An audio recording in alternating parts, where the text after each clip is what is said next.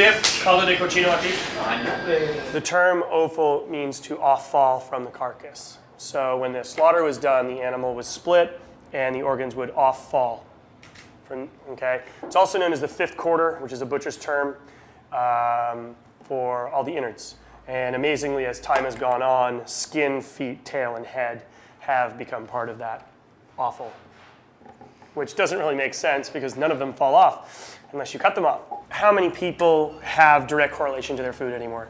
You know, unfortunately, people look at meat as, we're gonna go to the grocery store today, honey, and we're gonna get some lamb. What color styrofoam package does that come in, dear? I think that's red. They've lost their concept of farm. They've lost their concept of animal. You revert back, go back in time, and you think like, okay, World War II, nobody had money, everybody had rationing stamps, right? So you weren't allowed sugar, you weren't allowed pantyhose, you weren't allowed meat, but in small increments. So your rationing stamps went further when you bought offal cuts. There's been a resurgence in whole animal ethic, which is if you're willing to kill it, you should shut the fuck up and be willing to eat all of it. You look at an animal, and I use a cow because that's the easiest for most people to understand. You start at one end, and you start with T-bones, and you start with tenderloins, and then you switch over to a rump roast or a crown rack. You know, you go through all these different cuts, whether it be braised, grilled, roasted, or seared, it still has the same texture and tastes like beef. When you then flip and go into the fifth quarter of this animal, you have a painter's palette of new cuts, right? New textures, new flavors, but they have the underlying flavor of that animal. So you're working in a totally different realm, and you've basically just opened up what you can do with beef tenfold or more. Whether it's cheap or factory farm, people really don't give a shit anymore. And to me, they've kind of just lost that part. And when you actually look at where your animal comes from and you actually participate in a slaughter, it kind of changes your perception of what is meat. And when you're holding a 45-pound lamb as she cries and you slaughter that animal and you're going to use every last bit of it because you would feel like a complete asshole if you didn't.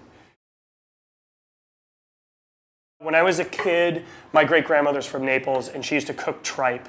And I actually didn't eat it because I do remember the smell of tripe. Back in the day, let's see, 5 or 6 years old, and I would go into my grandmother's first floor. She lived on the second, and I could smell her cleaning it. And I would run screaming because it was like the most horrific smell I could ever imagine.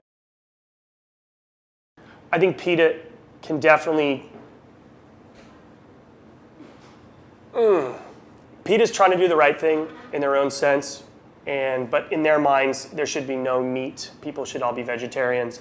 They've also lost the concept of what is going to happen with all those animals. We still have to protect them. We still have to feed them. We still have to take care of them. Most of these domesticated animals rely on us to survive. And we didn't do as much of the domestication as people seem to think we did. People beating their dog, by all means, I'd take a bat and beat that individual too. But you know, foie gras, you know, it's not what it used to be. They should be spending their time and energy and money trying to educate people on factory farming, on, you know, Smithfield, who is this monster shit pork producer who will cram 1,000 pigs in a room and they'll die and they'll shit on each other and they'll bite their own tails off. They should spend their money where it's really, really going to make a big change. They should educate people about improperly raised animals.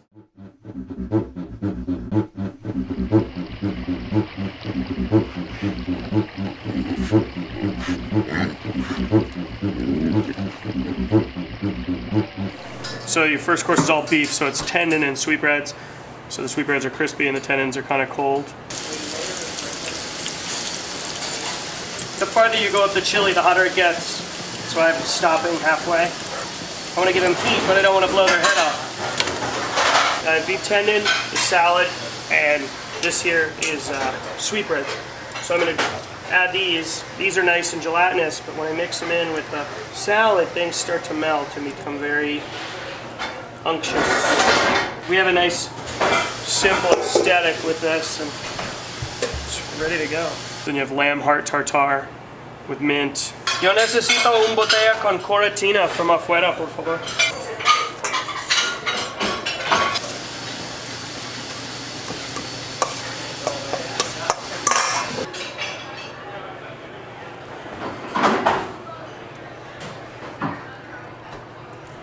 Perfect.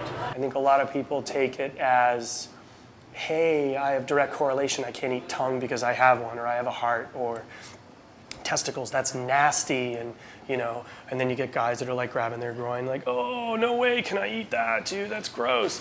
And then there's the girls at the table. Oh yeah, well I bet you can eat the nuts, and it becomes a joke, and it's not a joke. It's actually food. Finenziera is a traditional Piemontese stew. Braised cocks, combs, confit, chicken livers, braised duck tongues. There's duck hearts, and there's duck gizzards. So this is actually a Piemontese stew. The translation for Finenziera means financing. Because those cuts there was only one per animal, it was considered very rare, so they would save those cuts for the wealthy merchants. And then there's whole roast pig trotters with bitter honey agrodolce. Honey and honey vinegar. It's a bitter winter honey. It's very tart. Pig's feet. These are the feet. And how are they prepared? Well, they were braised. They're braised and now they've been wrapped in what's called caul fat. You see? All it is pig's meat. That's foot meat. That's it. There's nothing else in there. Make sure there's no bones. That would suck, huh?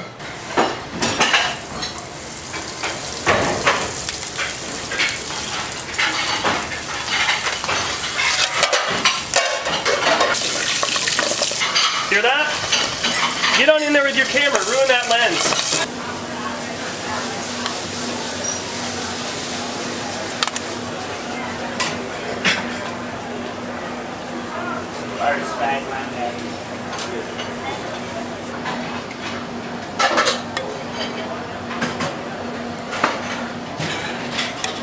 And then chocolate blood panna cotta with blood oranges.